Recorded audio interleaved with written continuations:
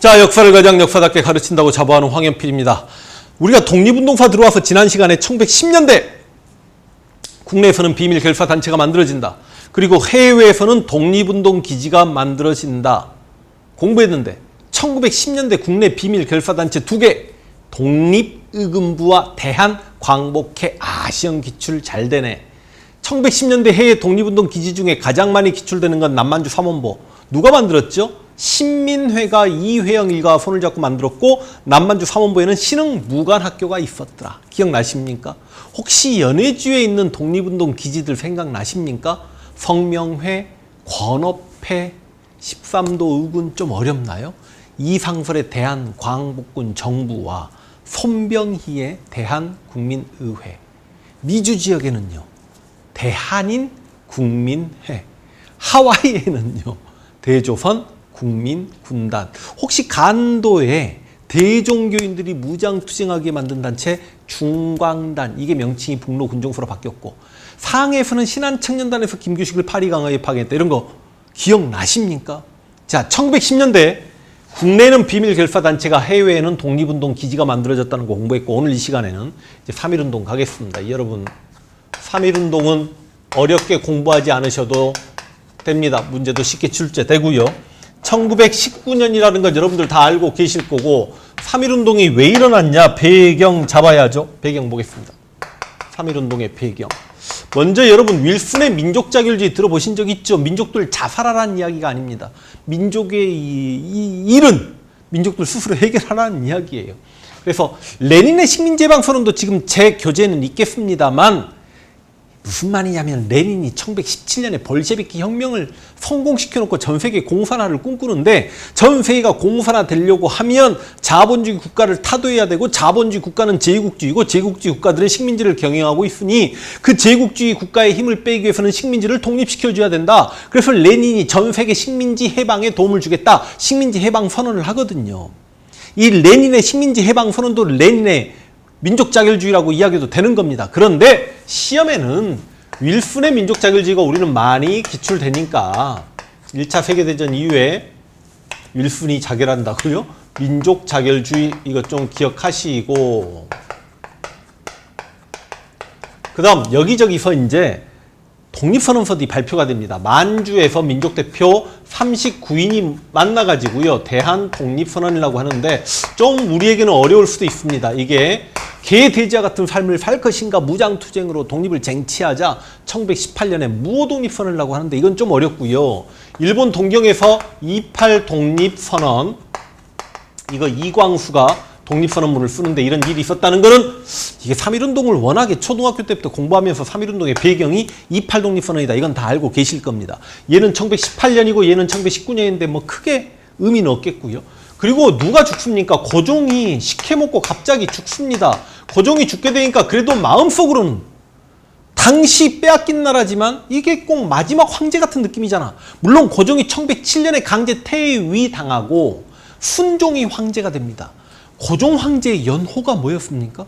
여러분 대답할 줄 아셔야 되는데, 연호가 광무였죠. 그러니까 광무 정권, 광무 개혁 그랬잖아. 근데 1907년에 고종이 퇴위당하고 순종이 황제가 됐는데, 순종은 연호가 융희예요. 그 순종이 1910년에 한일병합조약에 도장을 찍었기 때문에 나라가 이렇게 빼앗겨진 거 아닙니까? 근데 순종이라는 황제가 있었지만 당시 민중들이 생각할 때는 진짜 고종이 황제 같은 느낌이 좀 있었겠죠.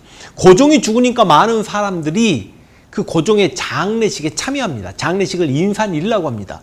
많은 사람들이 그 장례식에 참여할 걸 기대하면서 민족대표 33인이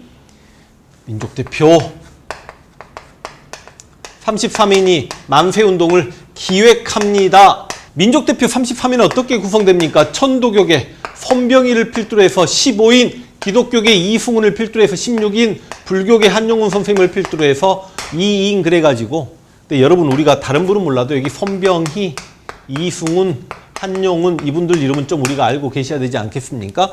그리고 이제 기미독립선언서는 누가 쓰기로 합니까? 최남선이 쓰기로 합니다. 최남선의 기미독립선언서도 좀 알고 계셔야 되고요. 보기에 기미독립선언서가 시험에 나오기도 하잖아. 너무 현학적이죠. 이에 5등은 우리 조선의 독립국인가 무슨 말인지 알겠습니까?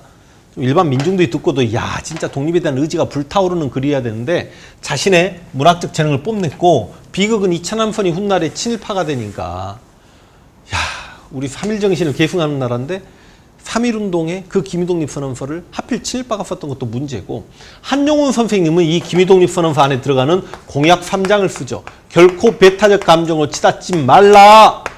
결코 배타적 감정으로 치닫지 말라. 이 공약 3장을 한용운 선생님이 쓰십니다. 그런데 문제는 이 민족대표가 탑골공원에서 여러 사람들을 불러 모아놓고 기미독립선언서를 읽겠노라 그랬는데 너무 많은 사람들이 모여가지고 이 종교인들이 있잖아요. 조금 놀랐어요. 그래서 이들은 태화관이 뭐 술집이었죠. 뭐 룸살롱이었다라고 보셔도 뭐 틀린 말은 아닙니다. 그냥 여러분 비하인드 스토리 생략하겠습니다. 그럼 3.1운동도 시간 많이 걸리죠. 전개 과정 어디에서? 서울에서 바로 태화관에서 이런 거 시험에 나와요. 태화관에서 누가? 민족대표는 태화관에서 기미독립선언서를 읽었고요. 실제로 탑골공원, 파고다 공원이라고도 불렸습니다. 당시에는. 이곳에서는 학생들이 출발을 시켰습니다. 이렇게 출발했던 3.1운동이 각 도시로 갑니다. 여러분 도시에는요. 누가 있습니까? 노동자와 농민들. 노동자 그리고 상인들이 참여합니다. 농민이 아니겠죠. 그리고 이 도시에서 더욱 확산돼서 각 농촌으로 확산이 됩니다. 그런데 3.1운동 직전에 토지조사 사업이 끝났거든요. 소작농 입장에서는 소작권을 빼앗겼기 때문에 분노할 만하죠. 그래서 이렇게 농민들이 저항을 시작하면서 폭력성을 띠기 시작합니다. 그래서 혹여나 3.1운동은 비폭력 저항을 지향했죠. 한용운 선생님이 결코 배타적 감정은 치닫지 말라라고 했으니까 비폭력을 지향했지만 실제로는 폭력성을 띄었다라는 것도 알고 계시면 좋겠습니다. 농민들 눈만 돌리면 곡괭이 있는데 그걸 안 들었겠냐고. 그러다 보니까 일제는 더욱더 폭력적으로 만세운동을 진압했죠. 그 대표적인 사건이 무슨 사건이야? 여러분 제암리, 지금 화성지역입니다. 제암리라는 교회에 사람들 집어넣어놓고요. 수류탄 투척하고 총 빠바박 하고 갈겨가지고 굉장히 많은 사람들, 그냥 제암리 학살 사건은 3.1운동 때 일제의 강압적 탄압이었다.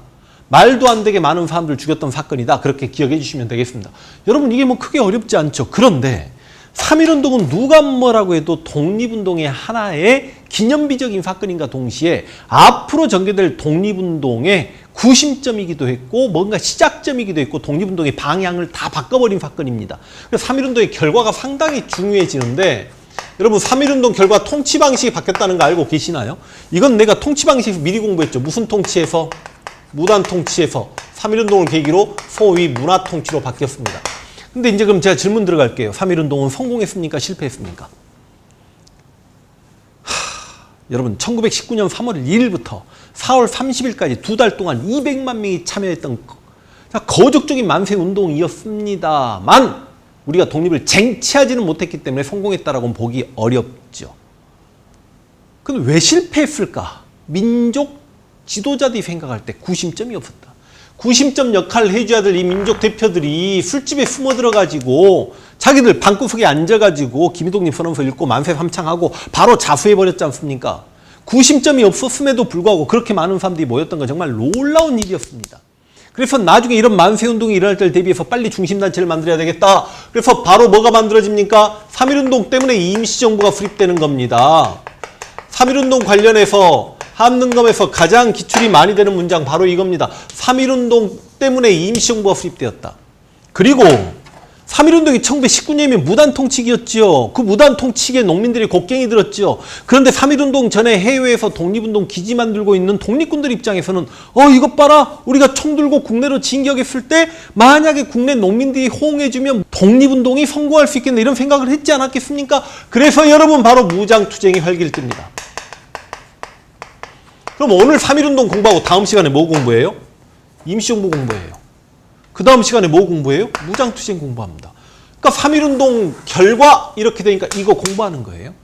또 하나, 실제로 3.1운동을 이끌었던 건 누구예요, 여러분? 주도 세력이 누구야? 여기 학생이에요. 그리고 청년들이, 학생, 지식인 청년들이 주도했다고. 학생 청년들 뭐 유관순도 학생이었지 않습니까? 그런데 결과적으로 독립을 쟁취하지 못해서 이들은 일종의 허무주의에 빠졌습니다. 이렇게까지 내 친구들이 죽어나가고 서대문 형무소에 갇히고 이렇게 전민족이 떨쳐 일어났음에도 불구하고 독립을 쟁취하지 못했구나. 우리 독립은 불가능한 것이란 말인가. 이들이 힘들어하고 있을 때 이들에게 한 줄기 희망의 빛으로 다가온 사상이 무슨 사상? 사회주의 사상입니다. 그래서 사회주의 사상이 3.1운동 때문에 수용되었다라고 보시면 되겠네. 시기적으로도 그랬고. 3.1운동의 가장 큰 결과예요. 진짜 가장 큰 결과입니다. 그리고 3.1운동을 학생들이, 청년들이 주도했기 때문에 앞으로 학생, 청년, 그리고 농민, 노동자가 민족운동의 주체가 됩니다. 노동자, 농민, 이 운동들이 이제 활기를 띠기 시작합니다. 그래서 여러분들 다음에는 60만 세 운동, 광주학생운동 이런 거 공부할 거고 농민 노동운동 공부하겠습니다. 그리고 3.1운동이 중국이나 중국의 5.4운동 들어보셨죠? 인도의 비폭력 불복종운동, 인도 같은 약소국의 독립운동에 영향을 끼친다. 자, 3.1운동 결과 임시정부 수립된다는 거 이거 아주 중요하고요. 무장투쟁은 공부할 거고요. 3.1운동 결과 사회주의 사상이 수용됩니다. 은근히 막 제압약살 사건 이런 거 보기자료 주고 3.1운동 관련인 거 알고 있니 하고 물어보는 경우가 있다는 것도 알고 계시고요.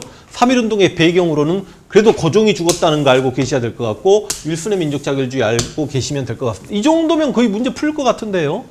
28 독립선언도 이것도 뭐 알고 계셔야죠. 진짜입니다. 가장 많이 기출되는 거는 임시정부 수립 3.1운동의 결과. 문제 한번 풀어볼까요? 283페이지 가겠습니다. 다음 민족운동의 배경으로 옳은 걸 보고서 모두 골라라. 정오가 가까워오자 민족 대표들이 모여들기 시작했다. 29인이 무슨 말이냐면 33인이었는데 민족 대표는 태화관으로 가서 읽읍시다라고 해놓고 4명은 무섭다고 민족 대표 안 할게요 하고 빠져나갔거든요. 야, 근데 그런 사람들 동상마저 저렇게 세워야 되나 한번 그런 내용이 있죠. 그래서 태화관이라는 단어 나옵니까 안 나옵니까? 태화관 나오잖아요. 그럼 누가 뭐래도 이거는 3.1운동이지요. 그리고 한용운 선생님 이야기 나오고 그러니까요. 독립선언서를 낭독했다는 내용도 나오고. 보겠습니다. 기억. 대한제국 황제였던 순종이 사망했다. 아니야. 누가 죽었다? 고종이 죽었다. 순종이 죽었을 땐 다음에 공부하겠습니다만 60만 세 운동입니다. 그 다음 사회주의 세력이 사회주의 사상이 수용되었다는 건 이해가 됩니다. 근데 나중에 독립운동사 계속 공부해 나가는 과정에 국내에서 만들어진 최대 민족 유일당 운동단체가 신간회입니다. 이 신간회 만들어지기 직전의 배경이 1926년의 정우에서는 다 알게 됩니다. 여러분들 뒷부분 공부하시면. 그러니까 기억하고 니은 버리시면 정답은 디귿 니을이죠. 디귿. 미국 대통령 윌슨이 민족 자결주의를 제창했다. 나왔습니다. 도쿄에서 유학생들이 28 독립선언을 했다. 나왔습니다. 이거 두 개 배경 문제였습니다. 됩니까? 3.1운동 이런 식으로 기출된다는 거 알고 계시고 다음 시간에 임시정부는 정말 많이 기출되는데 공부량도 많은데 이걸 어찌 할까요? 다음 시간에 임시정부 만나겠습니다.